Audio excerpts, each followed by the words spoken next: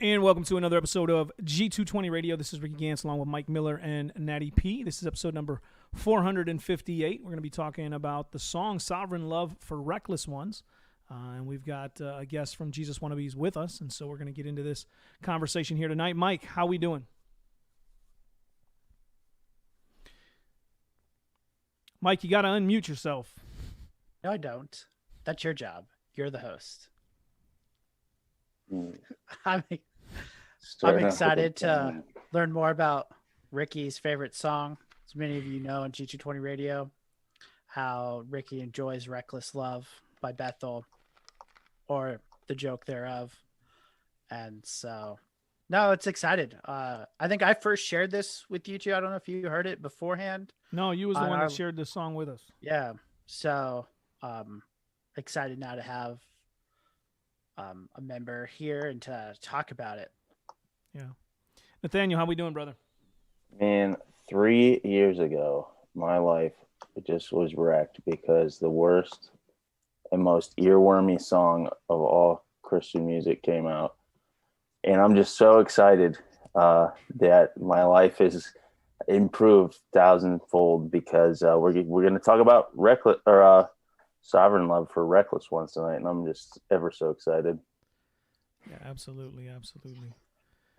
All right, so as we talked about, this is the topic of the show, Sovereign Love for Reckless Ones. We've shared the song on G220 Radio. We've shared it on our personal pages. Some of us have, and so it's out there, and you can see it. And we have with us from Jesus Wannabeez, Leonardo Ehrenstein. I always mess it up. Forgive me. Ehrenstein. Forgive me. It's all right. So how are you, brother? I'm doing good, brothers. Thank you so much for having me on. Yeah. Excited to talk about this with you guys. Yeah, well, we're glad to have you on. Like we've said, Mike shared this with us. I grew up with a lot of different influential musical backgrounds. My dad was really big in Beatles music when I was growing up, and so he played, rock and roll, which at the time was lighter than it maybe today. But then as I was kind of growing through school, I was listening to all kinds of different genres. I listened to heavy metal. I listened to rap. I listened to a lot of music. As I've gotten older, I've listened to less of some of those musics, although years ago I came across Reformed rap, and I was like, this is really good. This is good music. It's Shailin and some of these artists were really putting in their song great theological content, and it was good artistically as well. And so I haven't really been into much of heavy metal, but Mike shared this with us, and I was like, man, I really like this song. I can get into this and listen to this. So I'm excited to have you on the show for that reason and to talk to you about it and some of the other music that you're putting out there. I seen you have going through Ephesians, and you wrote a song on that, and so that's really interesting as well. So hopefully we get to talk about some of those things here tonight. But why don't you go ahead and share with us a little bit about yourself, a little bit about your upbringing, a little bit about your faith background, how you came to Christ, and where you are, maybe what you're doing within the church that you're in now. Sure, man. Well, thanks. It's funny you mentioned Shailin because that's kind of how the whole thing started. A friend showed me some tracks, Shailin, Beautiful Eulogy, that kind of stuff, and I was like, man, we got to do this stuff in metal, man. But I basically grew up, kind of just nominal Christianity, and I've always gone to church, attended the church on Sundays, and but my life was always kind of just the typical being a Christian is believing in Jesus, believing that he died for my sins, and going to church on Sunday, but there wasn't really a connection between that and my everyday life. So it wasn't until probably around like 6-7 years ago where I could really tell that something started happening. There started to be kind of more a conviction of sin and realizing, I was being hypocritical. And at the time, kind of, I was just trying to be a rock star and be famous and, tour all over the place. And we did a couple of, we did a lot of like important shows over here in Mexico. Yeah, it was kind of just this moment where I realized that there were specific sins or like a patterns of sins that I knew weren't normal anymore, even according to, society. Like, not even thinking as a Christian, I was like, man, like everybody does this kind of stuff, but I feel like I'm kind of over the top, I'm kind of getting a little bit excessive. And so for me, it was kind of like, I don't know if it was just like the Christian background, but I was like, I think I need to look for answers in the Bible. Cause I can't stop. Like I can't get out of this stuff. And I started getting into the scriptures, more so listening to sermons, reading articles, that were Bible related and stuff. And then all of a sudden it was like, man, I thought I only had one problem. Now it's like, I'm messed up all over the place, all across the board from A to Z. I'm a wreck and I need help, And I kind of went through that too, where it was like what you were saying, Ricky, about I just cut everything out of my life, at least and I mean, that was for me, and that included all that kind of music, included my band, included all the plans and stuff, and it was just like, man, I just want to just pursue the Lord and do whatever I can to, inside the church. And I plugged into a church immediately. I don't know if wrongfully started serving immediately, started, helping lead worship. And it was a kind of a slow transition, but there was a point where it was like, boom, I'm done. I'm just, going straight after Jesus, and I'm done with this life. And in that I met my wife. We got married 2 years later, almost 2 years later. And now we're plugged in to the church where we actually met. We met there around so she's 7 years younger than I am. So when I met her, I was 16. She was like 9. So, so when people ask me if it was love at first sight, I'm always like, not really. But yeah, we reconnected because we basically grew up in that church here together. But then I kind of went to a daughter church, but we started reconnecting. She was going through something similar. And so we got married, the Lord brought us together we were obviously at different ages, but kind of in the same season of life in a sense. And so that was super interesting. And, so we're just plugged into the church ever since, and trying to do whatever we can, striving for mainly our kind of main thing is creating resources in Spanish for Latin America.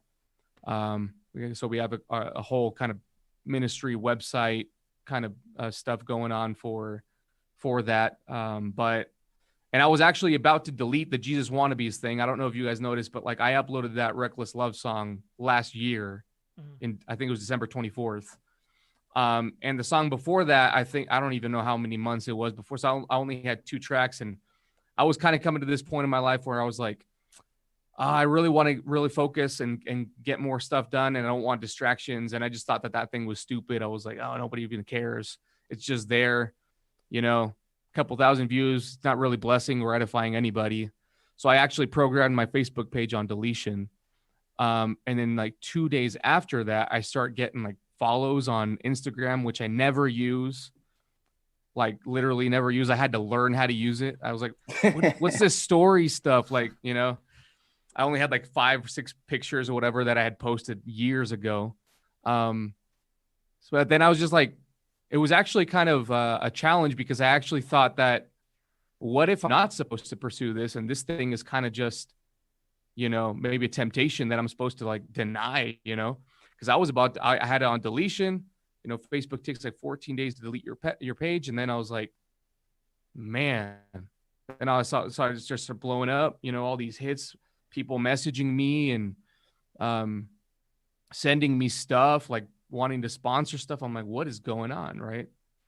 But I was really encouraged by, I talked to my wife about it, and she was really encouraging. And I was encouraged to see that there was people that were really blessed by it, leaving aside it going, as viral as it went, and, whatever the magnitude was.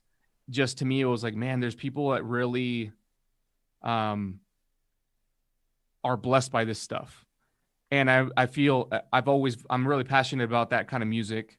I feel like the Lord's given me a gift in kind of developing that kind of music and producing that kind of music. So it was like, man, maybe it's worth doing it. And then I also have this kind of like, I don't consider myself post-mill. I don't consider myself any mill yet. haven't sorted that out yet, but I really appreciate the way that kind of thought of putting everything under Christ's lordship, and so that kind of also was like, man, why do, pagans get to keep the music I love, music I'm passionate about, and hearing Shai Linne and these artists come up with this stuff, I was like, no, we can make good quality music and exalt Christ and glorify Christ. They're not going to take it away. So I was just like, man, let's do it. And so I actually just started getting more serious about it until all of this kind of, started happening. So it was more just of a hobby, but that's where we're at. Yeah. I think what's interesting about that is, when you look at Christian art over the years, it just hasn't been really good. Right. So you think of, like, I grew up, like I said, I was listening to rap music and different heavy metal bands and just different kind of genres over the years. And when you would listen to something that was an alternative, like something that was Christian that somebody was recommending, I remember, now I'm 44, so this is going back, but I guess they're still around, so it's not really going too far back. No, not Petra. I was talking about DC Talk, when somebody was like, oh, you like rap? Man. Here's DC Talk. Check this out. And I'm like, this is horrible. No, come on, man. Dare to talk bad about the Jesus freaks. But I'm saying, well, before, I'm just talking about the rap of it. When you're listening to rap and then you hear something like this, you're thinking, okay, this isn't good. You think of movies, like a lot of Christian movies, they're just bad artistically. But then when I came around, or started to listen to, the Christian rap that was out there by the guys like Shai Linne, many of the others that are out there, I was like, this is really good quality artistic music. They're really putting something out. And the same goes for a lot of different genre of Christian music. And I'm like, there really is some good stuff out there, you know. And I'm not post-mill either. But at the same time, I do understand and appreciate that, hey, let's not let them take over all these things. We can enjoy them as well. But I think it comes to Christians making that good art. Not saying, well, let's just be like this group or this other, worldly group and sound just like them. Let's do something artistically and let our artistic, talents flow out. And I think that's... Go ahead. I don't know, Ricky. It's just a shame to hear you and so many other people comment on Christian art like that, that it's not good, because it really shows how much we've lost our heritage. If you go back, even in like the Baroque period, you have somebody like Bach signs all his music SDG because he's got a patron, and even his like secular stuff, I guess. He's still writing it for the glory of God. And you got all these Christian composers. You've got, I'm not an art guy, but I'm sure Christian like painters and sculptors, and like sure you got some people that were patrons. Their patron was the Roman Church and stuff farther back. But it just shows that when we have this opinion, that's a very valid opinion, that especially in our country, Christian art is not good. I think it shows that we've lost our heritage of being excellent for the King. You know what I mean? Yeah. Well, absolutely, because what you mentioned there, when you look earlier throughout church history, you see what these guys are contributing to the body. All the great classical hymns that we have, just many great artistic talents being brought forth. But then you get into this modern time, especially here in America, where a lot of it is just a remake of something secular, and let's put a Christian spin on it. And so that's kind of, where we start to see, I think we've started to see this kind of breakdown, but there are great artists who are making good music. So when you were doing this song or this cover of Reckless Love, was that your intention to say, you know what, I'm going to start making cover music of other people's bad theological songs? Or was it just, I'm going to put this out there, but I really have intentions to do other stuff? No, I mean, my initial kind of idea for the project or whatever was more, I started with the Ephesians 2 track, and I was kind of more focused on that and leaning towards that.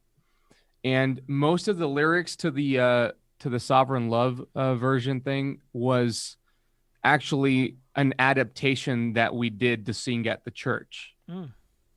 So it was kind of like, hey, what if we grabbed that song and, we twisted it and changed it and, made it theologically correct and then whatever. But it was just that.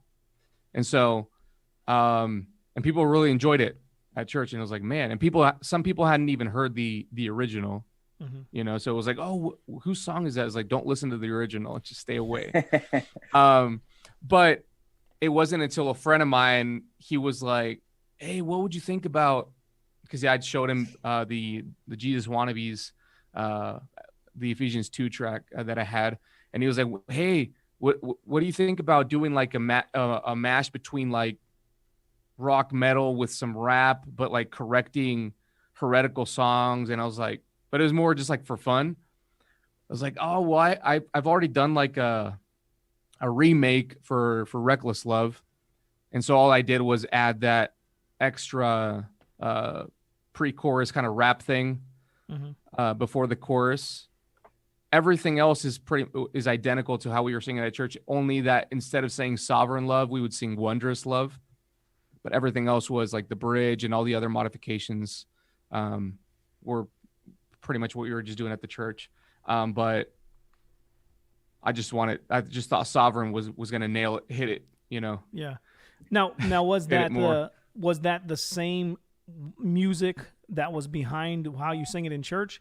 Oh, no. I'm trying to comprehend No. how you No. corporately. No, that was just the adaptation. My friend was like, hey, you should try doing this thing. And I was like, oh man, I think I could do something interesting musically to, make it, more my own. I mean, and at the end of the day, there was a lot of, a lot of good comments when the video was up. There was some bad comments, obviously, and not trying to defend myself or anything, but I was like, some people were like, man, you just like stole the song and whatever. I was like, listen to the music. I mean, I made that. The only thing that's there is just a little, arrangement that's Corey's, but everything else, I mean, that was original in a sense. You know what I'm saying? It was obviously inspired off of the melody and everything, but yeah, the music obviously was not anything close to that in the church. So yeah, I'll have to admit, I have never listened to Reckless Love before. Really? I've listened to your song. So, in fact, Ricky keeps talking about it. I'm like, I really shouldn't, because I stopped listening to Christian radio like years ago. I mean, I'll still listen to like 80s. I still listen to some punk rock, filtering it in some cases. But yeah, I still can't bring myself to listen to Reckless Love. And so it's kind of funny,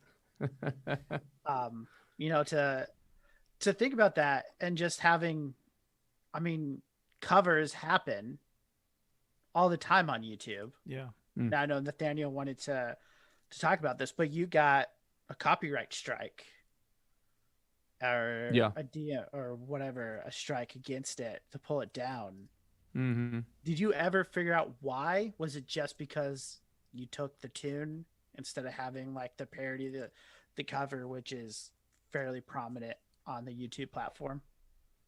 Well, the thing is, I mean, I wasn't really educated on the topic.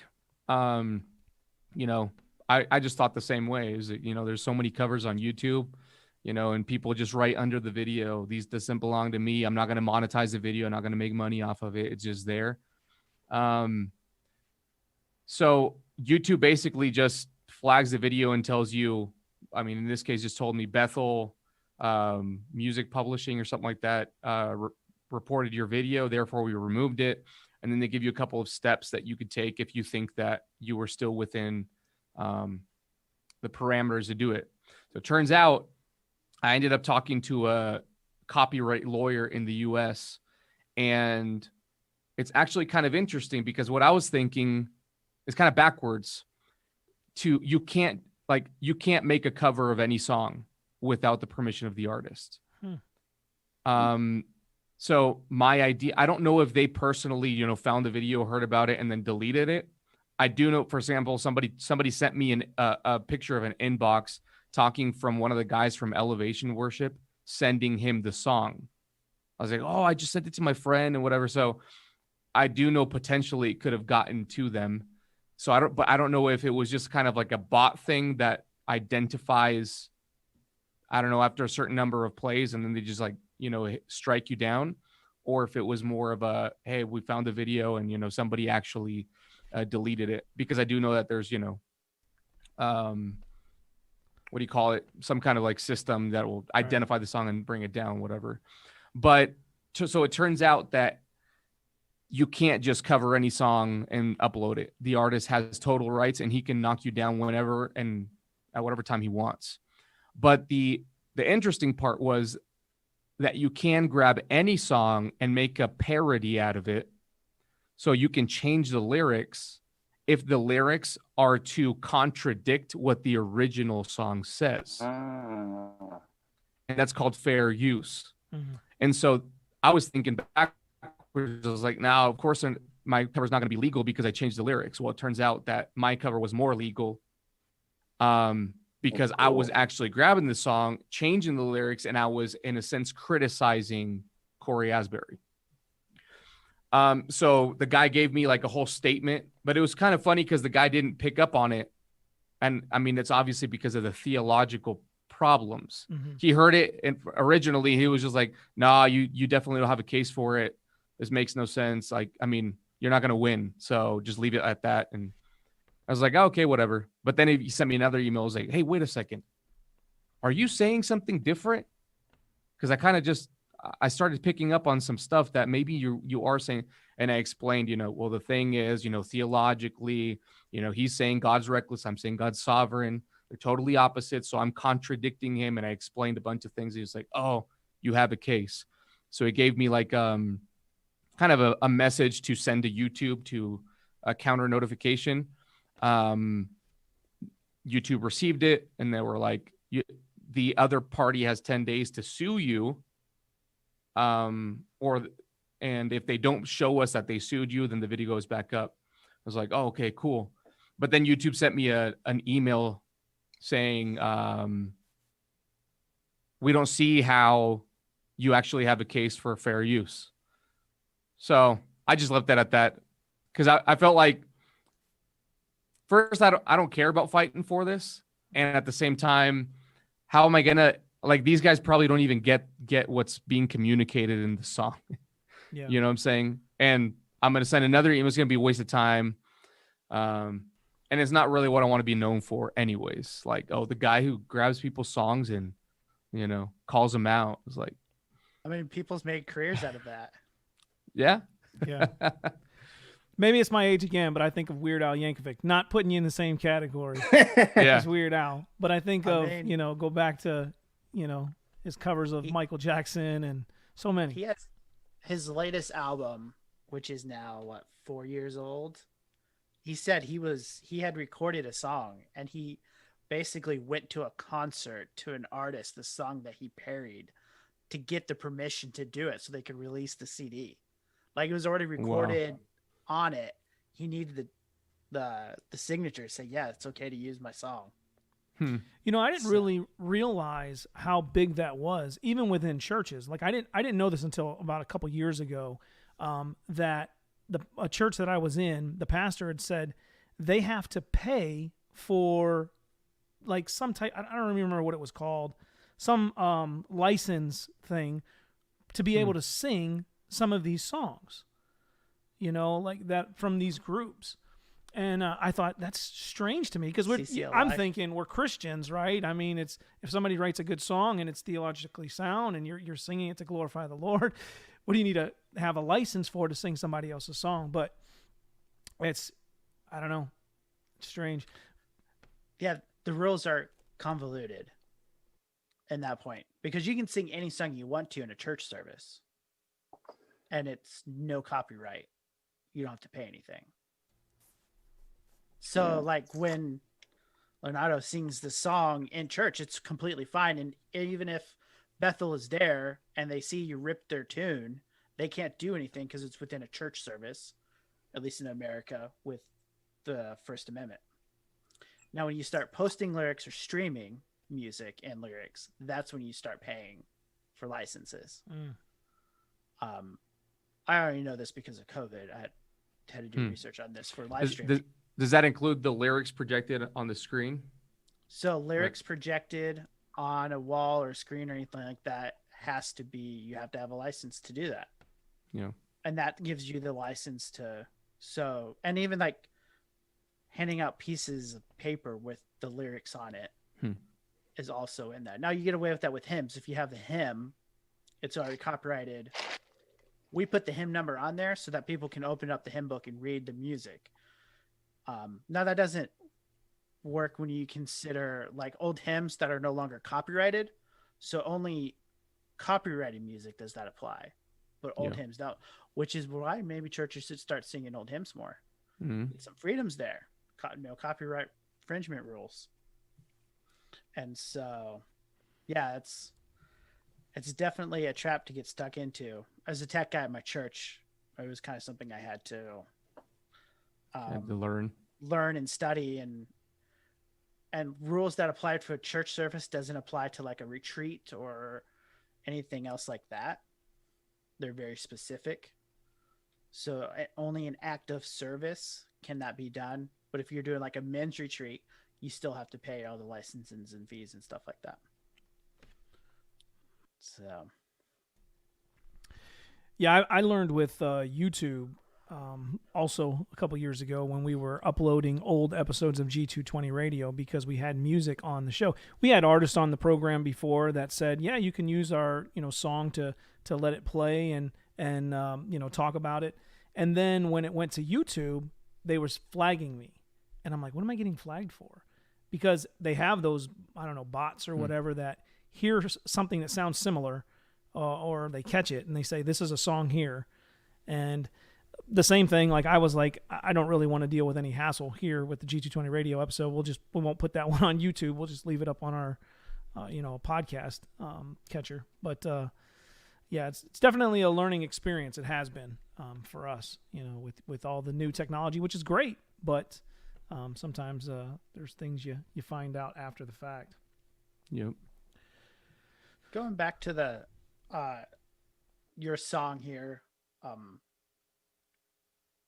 what you mentioned a little bit about how you're singing at church, you rewrote the lyrics to it. What were some of the things that when you're reading through lyrics, which we don't always tend to think about when we're listening to music, that was just kind of shocking, like of how bad of a theology it actually was, or how I know sometimes like I've read stuff and I'm like, well, I can agree with that statement if I nuance it this way, but they're obviously nuancing it this other way, and I can't agree with that. Like what are kind of some of that you saw in it? Because I think a lot of people, including myself, would say, well, they're just it's just soft, but not really bad. Like the reason Bethel is bad is because of Mike or Johnson, whoever is on the stage, and his new apostolic, teaching. Yeah. Well, I mean, apart from the word reckless, right, by definition, and how that doesn't fit within, the character of God. I mean, I see maybe like 2 or 3 other issues, which is overall, I think the song is more about making me feel important than it is about exalting God. And so, I mean, I have the lyrics right here, but for example, when I was your foe, still your love fought for me, right? I was like, that's true. While we were still sinners, Christ died for us, right? Then the next line says, when I felt no worth, you paid it all for me. So it's like, okay, I felt no worth. You paid it all for me. So what are you implying, that I'm just worth a bunch? Like, I felt no worth, but you're telling me I'm worthy. It's like, no, in spite of, and that's in the lyrics, right? We wrote unworthy as I am, right? So, and the whole bridge thing, there's no shadow you won't light up, mountain you won't climb up, coming after me. There's no wall you won't kick down, lie you won't tear down, coming after me. It's like, so it's just all of this beautiful romantic stuff that God is willing just to come after me because I'm worth it, So it gives you this kind of sensation of like, you're kind of worshiping God because he makes much of you. You know what I'm saying? Rather than making the song to make much of God. And at the same time, obviously, there's, and I could give that to him in a sense, but like, but I think the definite atonement is definitely at stake here, because he's, he implies, even the article you sent where he gives the whole explanation, he's like, oh, but he just risks all of this stuff trying to see if maybe somebody will respond. Right. So you're losing definite atonement, but if you don't, we can leave that aside.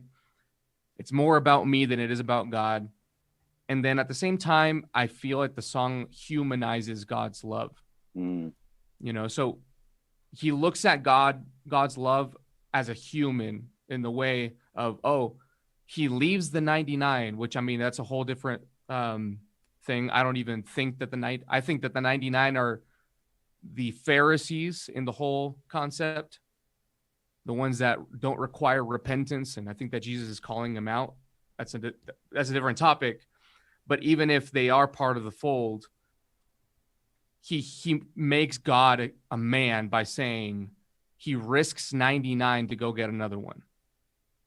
It's like, so God is not omnipresent, as like he leaves 99, and so now we can't take care of those. How does he feed all the animals?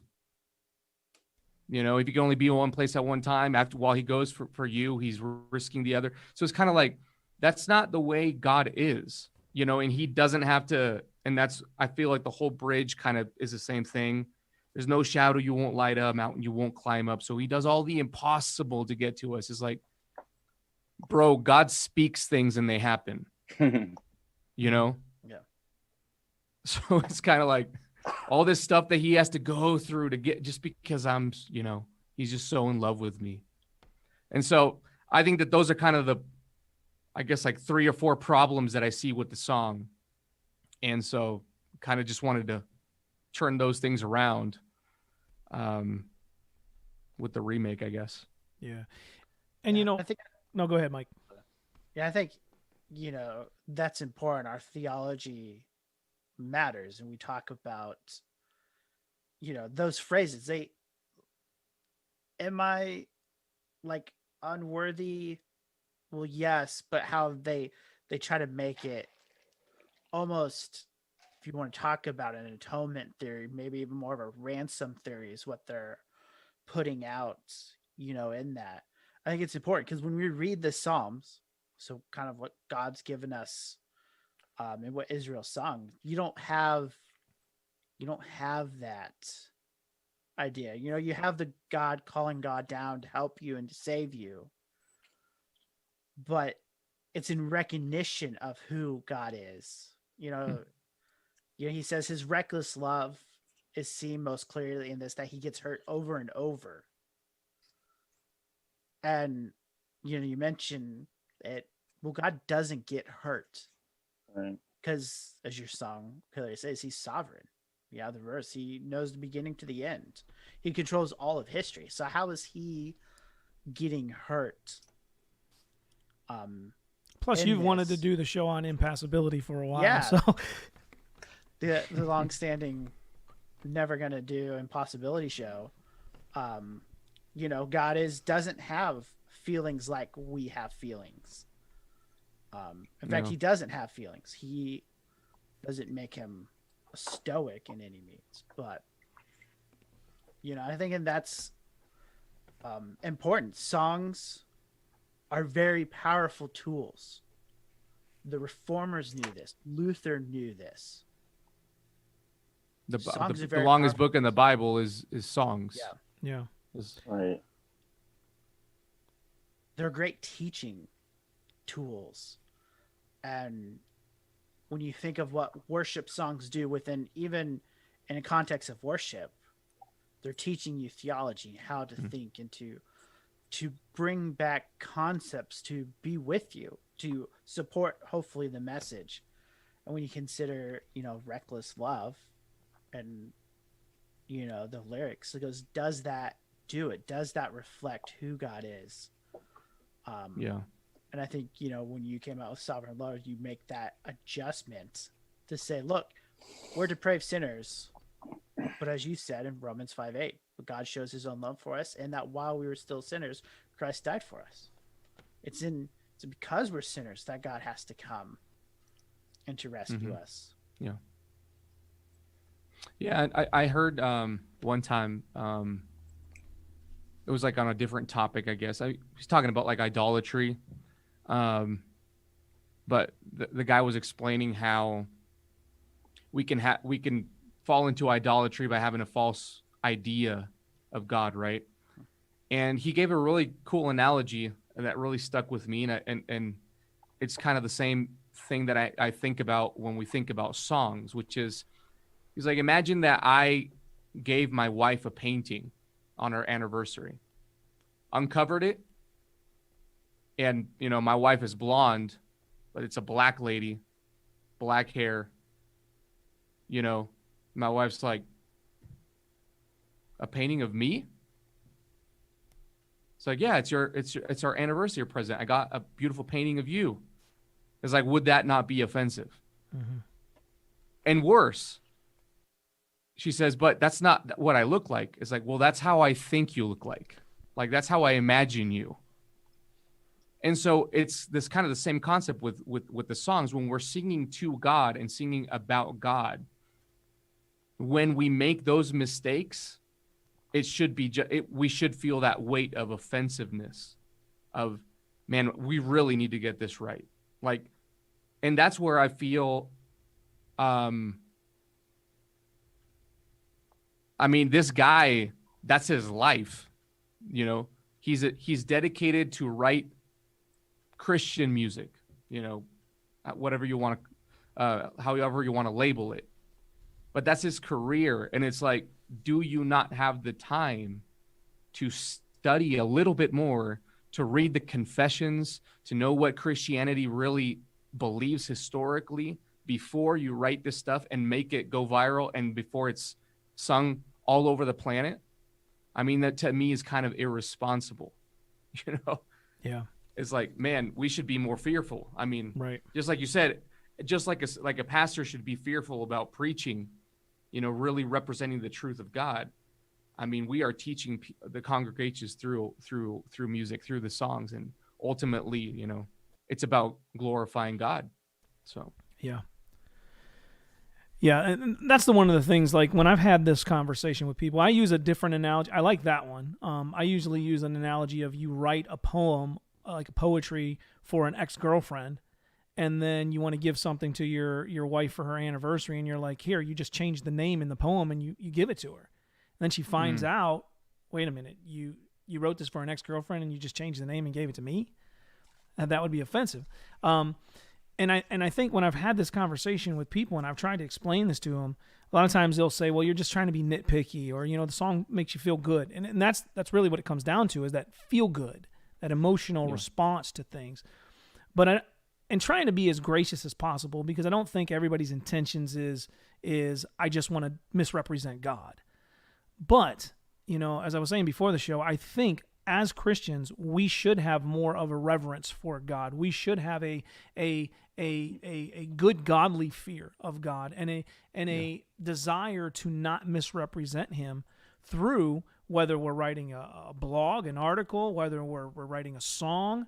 If we're putting something out there for the world to learn from or to be edified from, then we want to be doing our best to not misrepresent God. And instead of just, I think, being comfortable in those things, people that have that kind of responsibility should be more responsible, like you said, and not just be doing that, just throwing it out there, and they're making a career out of it, and everybody's singing their stuff. Because let's just be honest, like I said, when I listened to the song before the show, the Reckless Love song, I'm like, I can understand why people get behind this and they like it. It's catchy. And the same thing goes with many of the songs from Hillsong and a lot of these groups, Jesus Culture. A lot of people like them, and it's when you listen to the music, you're like, oh, this sounds good. I can understand why they would get behind it. But if you're really listening to the lyrics and saying, but are they representing Christ well in their songs? And if they're not, honestly, we should toss those things out. And I think either you go back to hymns, but I also think that you can write new stuff. And we have artists out there, we have Christians that can be truthful with who God is in song. And we've seen that. We've seen that with your Sovereign Love song of putting theological truths in there. We've seen it with, we mentioned Shai Lin and many of those other guys from Lamp Mode that have done that with their genre of music. We see it with Sovereign Grace music that they play, or the Gettys. The Gettys are writing modern day hymns all the time. And it's good music, good artistically done, but also theologically sound. Right. I think, and that's so important that we get it right too. You mentioned that great weight that should be on these people writing these songs. The way we sing songs is like, it's like a catechism. The repetition over and over, it gets into your mind. And even Colossians 3:16 says, let the word of Christ dwell in you richly with all wisdom, teaching and admonishing one another with psalms and hymns and spiritual songs, singing with thankfulness in God, to God in your hearts. And so we see that when we write a song, it's not just to be catchy, though. Catchiness is a fine thing, and it's a beautiful. God made notes, and He made them beautiful for us and for His glory. But it's also, especially in corporate worship, there's a teaching element to it as we worship, and I think all the more reason to have that correct doctrine, so that thing that gets stuck in your head, it's like, I know when I was younger, there'd be people that say, well, I don't listen to the words, I just like the music. But then somehow you say something like that, and you have the all the words memorized, and then you can recall them and then ponder them. So I think it's a very important teaching tool and important to get right. Yeah. That's why no one knows the third verses to all the hymns.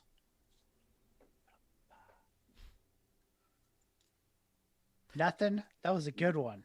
I got it. In Baptist circles, you sing the first, second, and fourth verse of every hymn, because the third hymn just takes too long. So you cut out the third one. I'm not in those circles, so Well, Reform Baptist circles don't do that. not Right. I shouldn't say all. I've been Reformed churches. They've sing every single Reformed Baptist ones. I'm just saying. All 12 verses of "Just as I Am." We don't sing that song. So,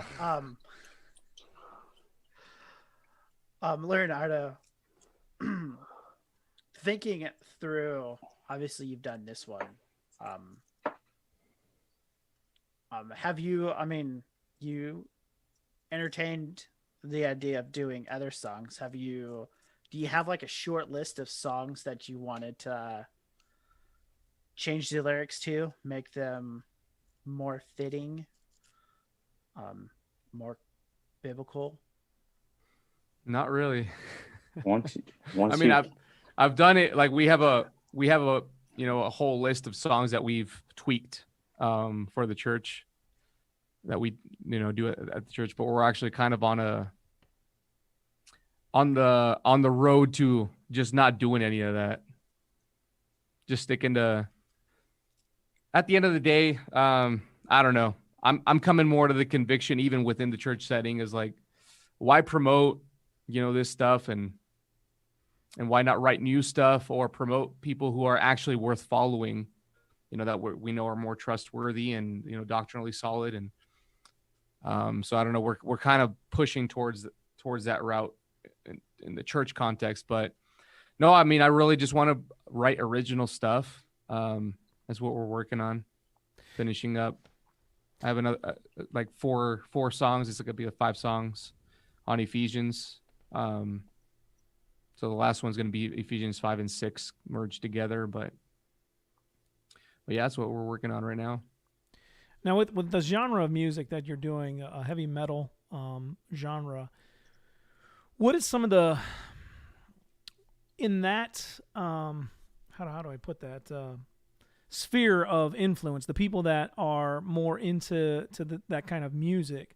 What is the feedback that you get in the Christian circles towards heavy metal? Is there a lot of good heavy metal Christian bands out there? Because again, it's not a genre that I've listened to much. So I'm just wondering, like, is there a large group of people that are looking for more theologically sound heavy metal, or is there some out there that you know of?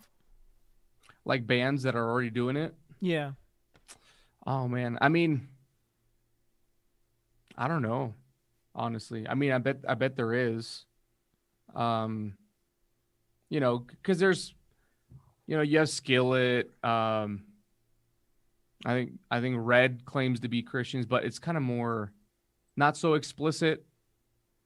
And I think they have more, I guess, in their minds, it's more of an evangelistic kind of approach. Mm-hmm. Kind of, a softer approach and trying to, seeing if somebody clicks and then, that could serve, which I mean, it's just a different approach.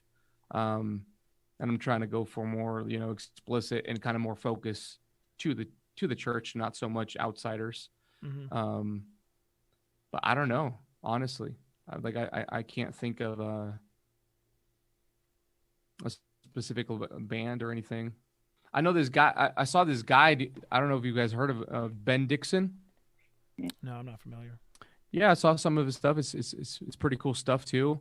I mean, he's not like a famous, bigger artist or anything like that. But I mean, he's doing pretty much kind of the same stuff, and he's good. He plays all the instruments, sings, and he has a couple covers and stuff on YouTube. It's cool.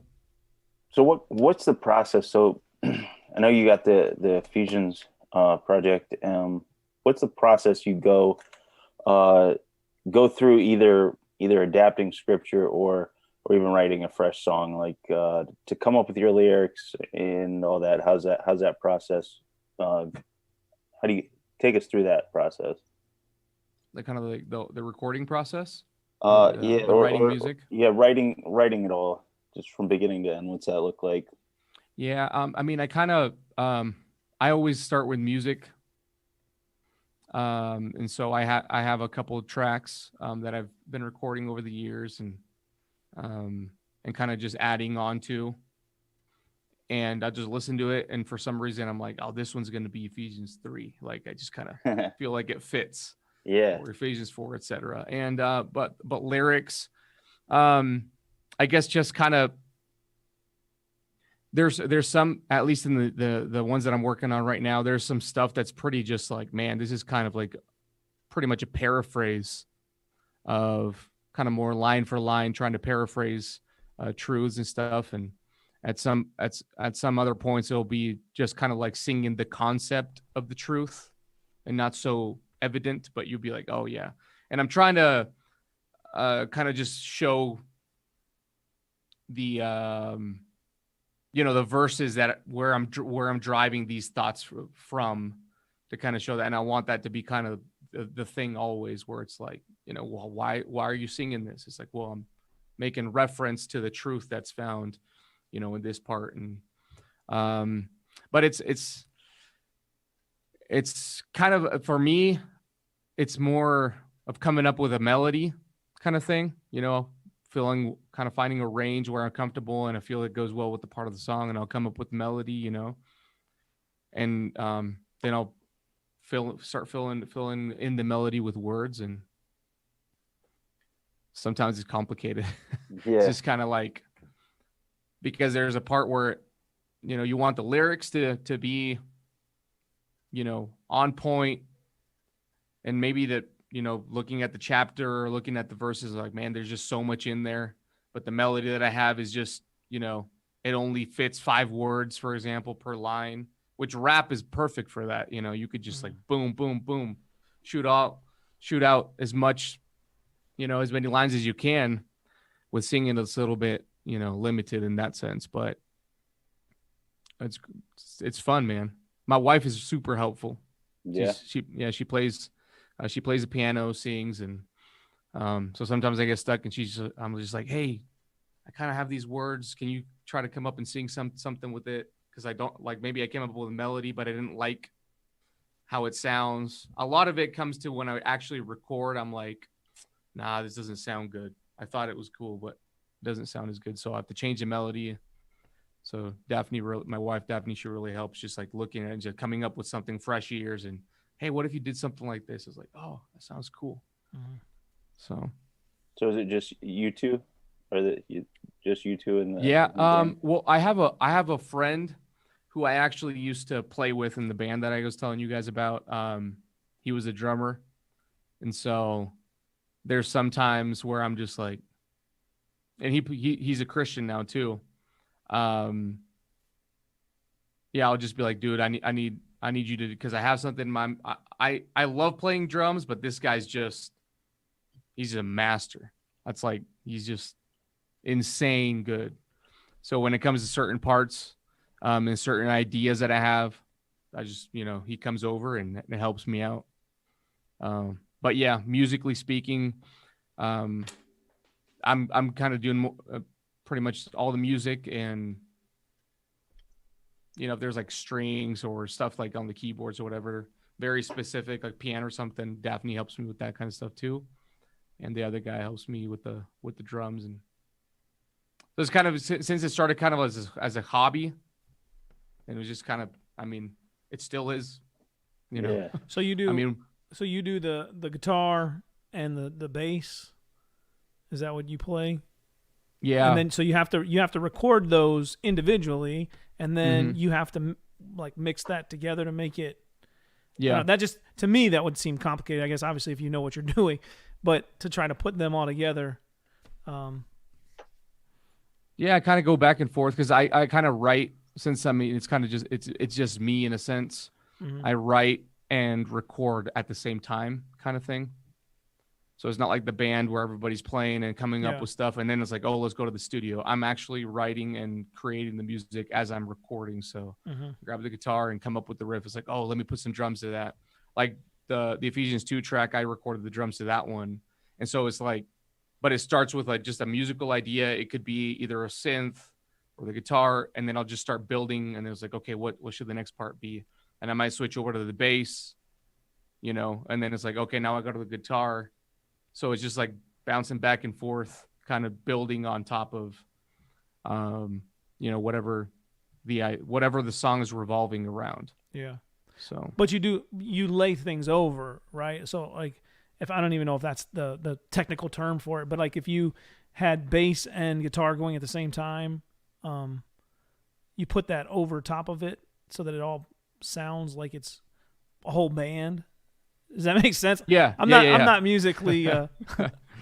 Yeah, it's just called multi-track. So you'll have one track, you'll record one track, and then under it you'll record the other one, and it's obviously all stacking on top of each other and sounding all together, and then I'll mix it. I mean, I'm not an expert or anything at that, but so yeah, just record here at the I just kind of set up a studio and getting all that stuff done here. Yeah, that's really interesting. Well, we've come pretty much to the end of the program here tonight on G220 Radio. We want to thank you for coming on the program.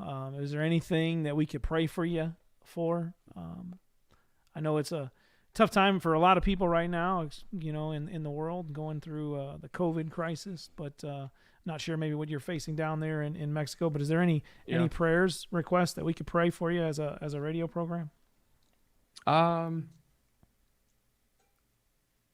Oh man, well, I mean, that the Lord would, just continue to work in my life and guard my heart, keep me humble, in everything, and He would complete the work that He finished. Just continue to strive for the Lord and in everything, family, as a husband, as a father, Absolutely. We'll definitely keep you in our prayers. Where can people find you? I know you mentioned on Instagram. There's a YouTube out there, a Facebook. Where are some of the other places where they can find your music? Yeah. So, just Facebook, Instagram, YouTube. I started up a Patreon, and I have a song on Bandcamp. So those are kind of the only things. But I mean, I only have one song up right now. I think we're going to start. We actually just kind of switched the plan, and instead of releasing a whole EP and waiting until we're done, we're just going to do more of a track by track thing, So hopefully by next week we'll have pretty much done. I just kind of screwed up my. Something happened weird. I started doing some screaming and something that just got a weird pain. I was like, dang, I've never felt that before. So I had to chill out because we had church on Sunday. So yeah, I was like, I'm not going to risk it. Well, we're some street preachers. We go out and preach on the streets, and I've had some friends that actually, messed up their vocal cords, not permanently, but like they strained it or whatever, and they had to take a break for a while. Cause I guess, when you're lifting up your voice and with the music, there's parts where, like you said, you're getting screaming and, yelling or whatever it may be in that song. And it's like, yeah, that could really pull some of those vocal cords. Yeah, man. So all three of you are street preachers. Me and Nathaniel preach, and Mike is more of a one-on-one guy. It's cool. Yeah. Cool. I wanted to get something like that going down here. Mm-hmm. That's awesome. Yeah. Well, we appreciate you coming on the show. We'll definitely keep you in prayer, and we'll be looking forward to when you release some more of those songs on Ephesians. We'll definitely be listening into those. So thanks again for coming on the program tonight. We really do appreciate it. I appreciate it, guys. Thank you so much. God bless. Well, that's been G220 Radio for tonight. Hope you enjoyed the program. Until next time.